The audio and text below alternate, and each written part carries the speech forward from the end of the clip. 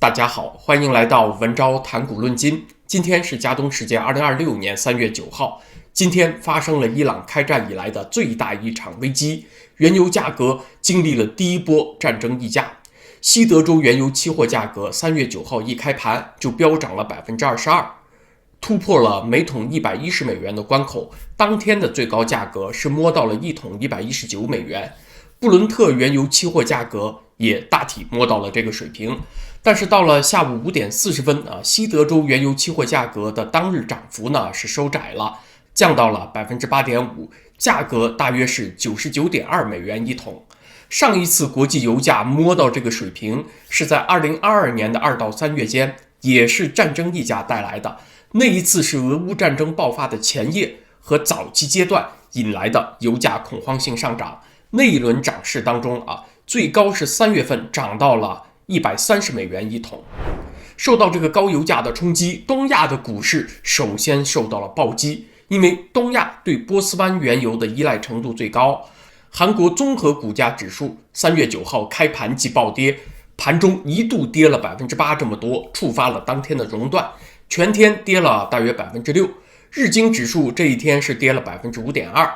台湾加权指数是跌了 4.43%， 你看台日韩都经历了历史性的大跌。香港恒生指数3月9号当天是跌了 1.35%， 中国的上证指数是跌了 0.67%。所以今天很多人都把注意力转移到了经济上，就担心会不会因为在伊朗这儿战争拖长，导致全球经济陷入衰退，搞不好会不会经济崩溃呢？今天就让我们来好好分析一下这个问题。首先看起来有点奇怪美国和以色列轰炸伊朗已经持续了1个多星期，从2月28号开始，那为什么在3月9号这天突然迎来了油价的恐慌性上涨呢？其实这也不是一夜之间发生的，观察这10天左右的油价走势，它其实也是经历了一个加速冲高的过程。2月底战争刚刚爆发的时候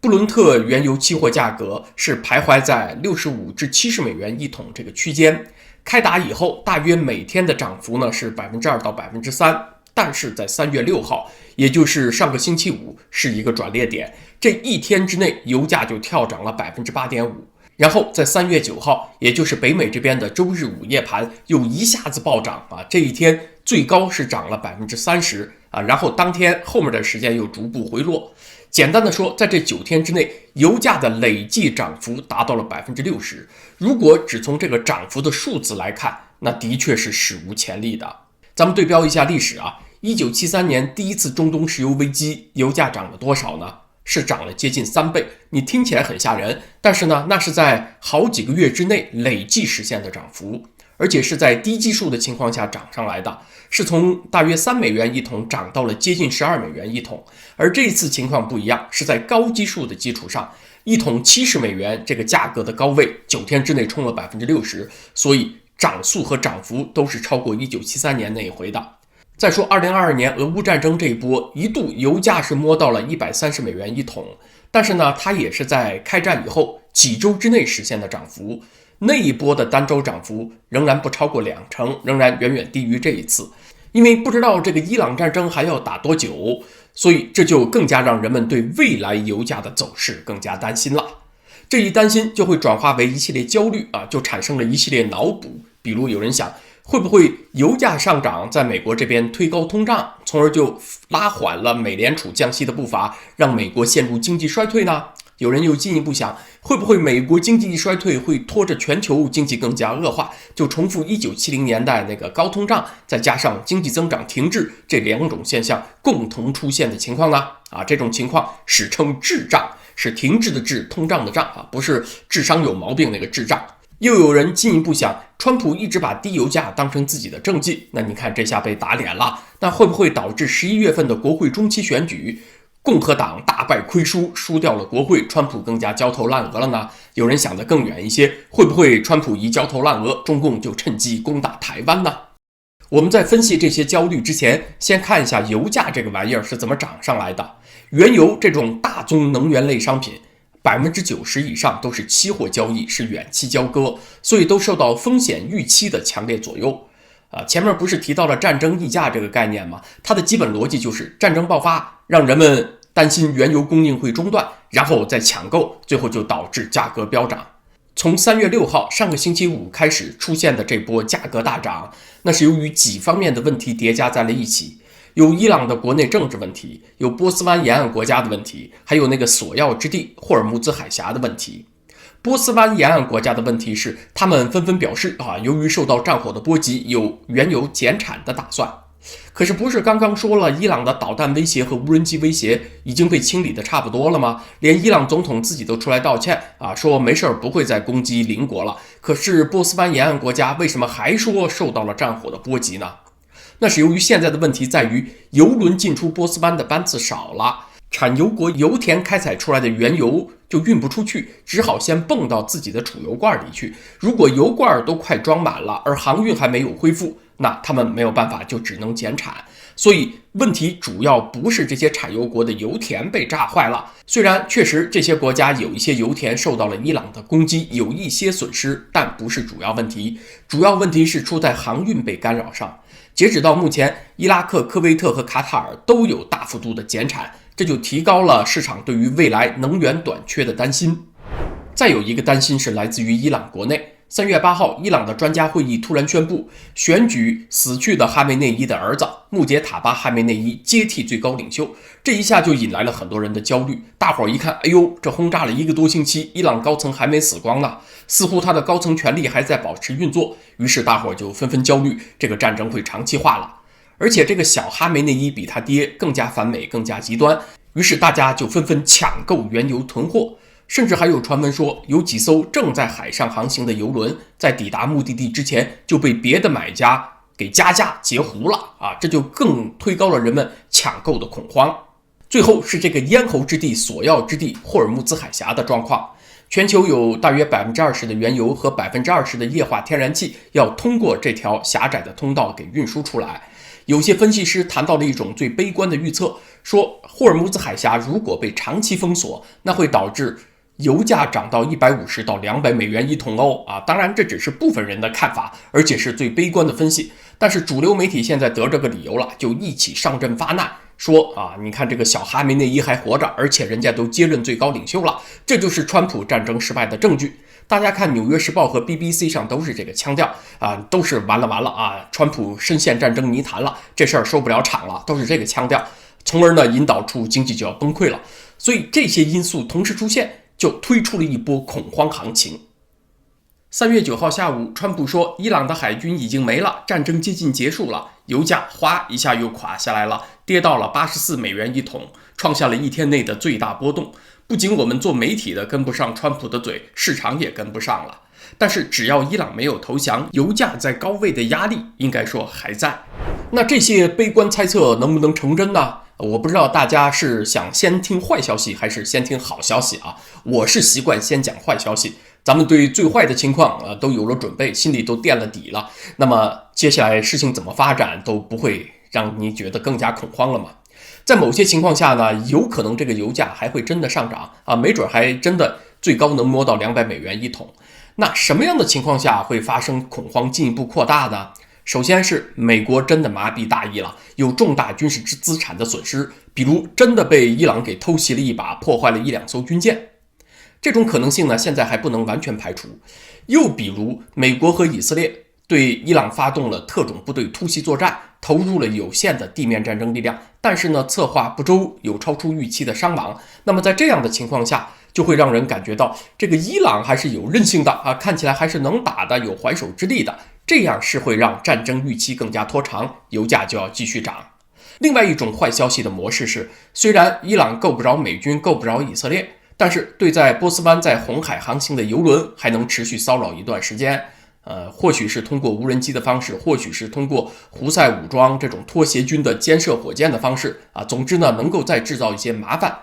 虽然伊朗官方不正式宣布封锁霍尔木兹海峡，但是这种以民兵恐怖袭击的方式还能够持续制造一阵子损失，那确实也能够把这个恐慌再维持一段时间。再配上主流媒体的叙事说川普对伊朗的打击，你看看是冲动的吧，是考虑不周的吧，是不合国际法的吧，这就造成反噬了，惹了不该惹的麻烦，收不了场了。再配上这些舆论攻势呢，是有可能把油价再推高一阵的。我觉得这些因素合起来起作用的空间还是有的，我们在几周之内有可能还会看到油价有一些上涨。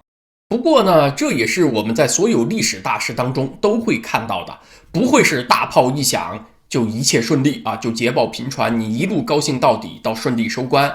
一般不会发生这种事情，过程中总会有波折，总会有不顺卡顿的地方。比如大家看太平洋战争已经进行到1945年，是日本覆灭的前夜了，可是还是发生了硫磺岛之战这么惨烈的战役，让美军有重大损失呢。硫磺岛这么一个不到21平方公里的小岛，美军动用了11万大军，是守岛日军的5倍之多，火力更是超过了 N 倍。本来以为一战可下，结果从登陆开始这一战就打了1个月，美军的伤亡总数还超过了日军。这是太平洋战争进入反攻阶段以来，美军唯一一回蒙受的损失超过了日军的战役。这次战役也让在战争最后阶段，日本的好战分子打了一针鸡血，高举那个硫磺岛精神的旗帜，宣扬皇军以一敌十，重创美军，趁机推进他那个本土决战的计划，高喊1亿国民总玉碎啊！如果美军打一个硫磺小岛都伤亡了26000这么多人，如果真的要登陆日本4岛，那还不血流成河呀？于是日本军部趁机把几百年前的鸟枪都翻了出来啊，训练民众，鸟枪不够发，就把竹竿削尖了发给女中学生，组成挺身队啊，号召美军如果敢登陆，你们就拿着这些竹竿去和美军拼命。这个硫磺岛战役在美国这边呢，也是深刻的改变了美国决策者对战争的理解。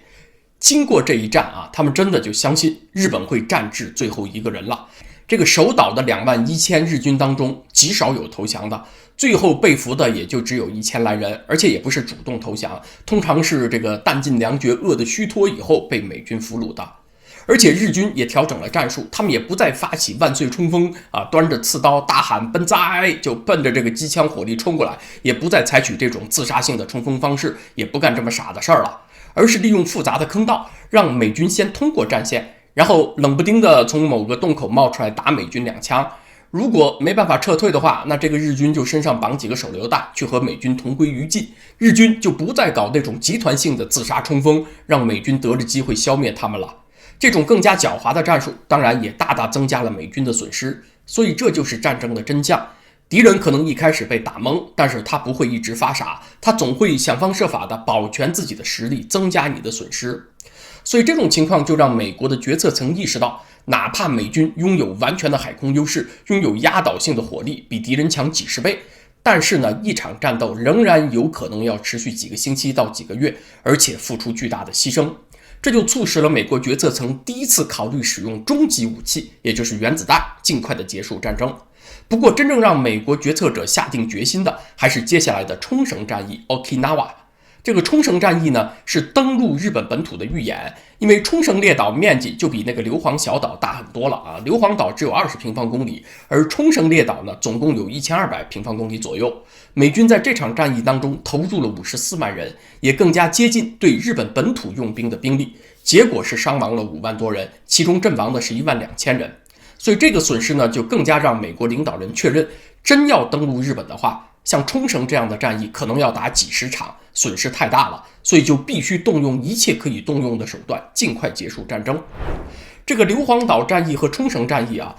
对美国民间对舆论也带来了很大的负面冲击。当然那会儿呢，不会像今天这么过分啊，有些美国人甚至公开的挺伊朗。那个时候啊，美国社会还是有高度共识的，日本人得打垮他。是没有发生社会上大规模的反战游行，但是媒体也普遍用非常惊悚的标题，比如什么最血腥的战斗、代价高昂的岛屿来报道战争的进程，就提醒美国人每天正在蒙受巨大的损失。而且报纸天天也会报道啊，日本的神风特工队有多么的疯狂，还有那种幽灵般的坑道战给美国人带来了多大的困扰。那一阵子美国的老百姓也是天天处于震惊当中，对未来的损失充满了焦虑啊。可是这都到1945年3月份了，离日本接受无条件投降都没几个月了。引用这个例子是想说明，真实的世界它就是这样的，没有一件大事是能够让你从头笑到尾的，过程中总会有挫折，总会有怀疑。不过呢，更大的冲击那个时候是在日本那边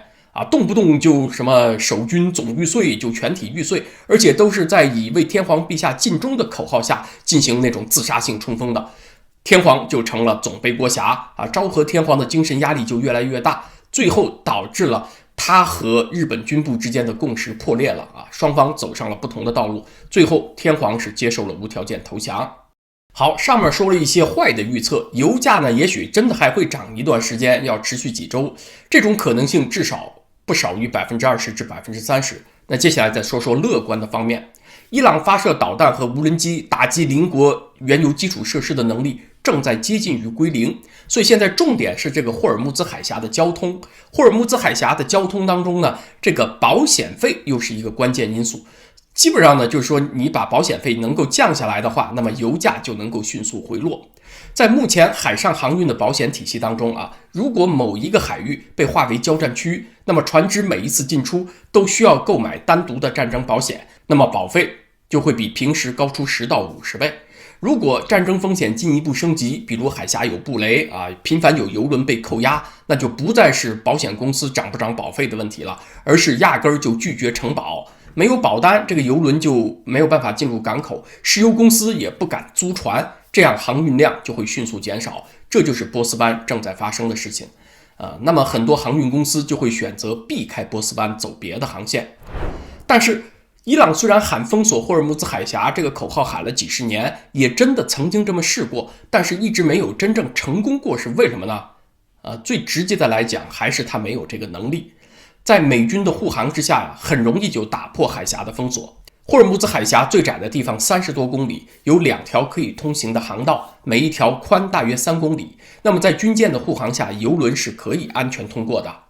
即便伊朗布雷，它有这个能力布雷，美国海军仍然有能力快速的清除通道。只是有一点困扰的地方啊，就是油轮要在军舰的护航下通过海峡，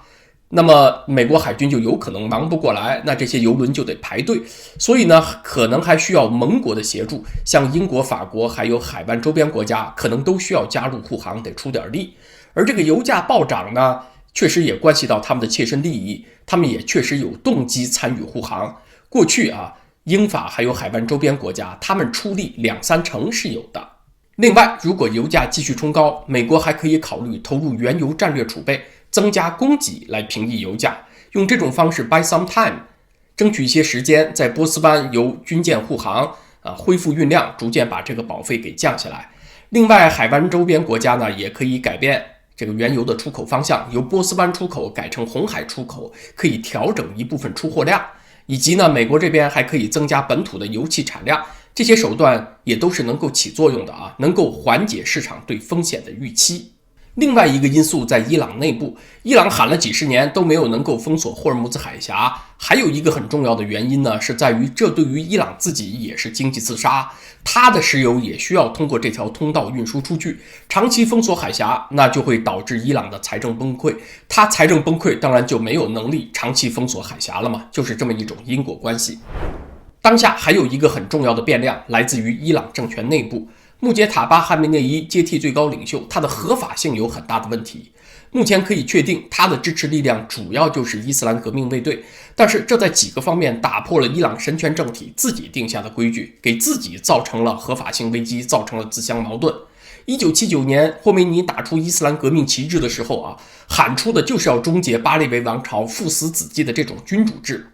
因为在什叶派的教义当中呢，把这种君主制视作是腐败的和不道德的象征，是和伊斯兰的正义原则相对立的。什叶派的教义主张，统治权力应该来自于神学上的正统和权威，而不是来自于血缘。这里呢，有一个小小拧巴的地方得解释一下啊。什叶派对于最高权力的继承其实是看重血缘的，这是他和逊尼派的区别。但是这个血缘不是任何人，不是 anybody 的血缘，必须是先知穆罕默德的直系亲属，他的血缘才算数，别人的不算数。而这个巴列维王朝呢，他是波斯人，肯定不是先知直系的血亲。而霍梅尼、哈梅内伊这些人呢，也通通都不是。先知的最后一位继承人呢，被称之为第12位伊玛目，早从公元9世纪起就传说被真主安排进入隐遁状态了，直到末日来临的时候，他才会重新现身接掌大权。那霍梅尼、哈梅内伊他们是干啥的呢？他们是所谓的大阿亚图拉，是在教义当中的那个救世主回归之前代理监护伊斯兰社区的大学士们他们谁都没有资格把权力传给自己的儿子。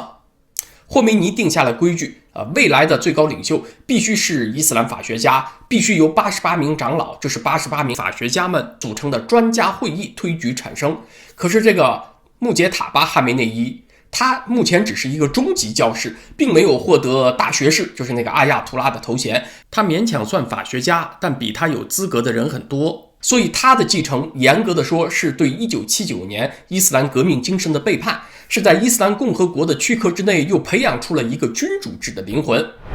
那请问现在有没有别的变通处理的方式呢？比如能不能由那些伊斯兰大学士们这些长老们赶紧给穆杰塔巴·哈梅内伊刷一把资历，让他快速晋升到阿亚图拉大学士呢？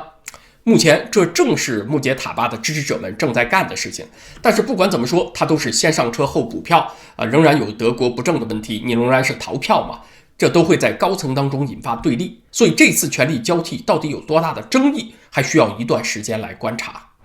最后总结一下，伊朗马上会发生政权变更，从此走上一条无害化的道路吗？不一定除非地面战争很快开始。还有霍尔木兹海峡会长期被封锁，导致全球经济崩溃吗？这种可能性更低，因为美国还有许许多多手段可以采用。通常呢是会先让供应链的弹性发挥作用，让它自发的修复一段时间，然后呢再考虑投入原油战略储备，平抑物价。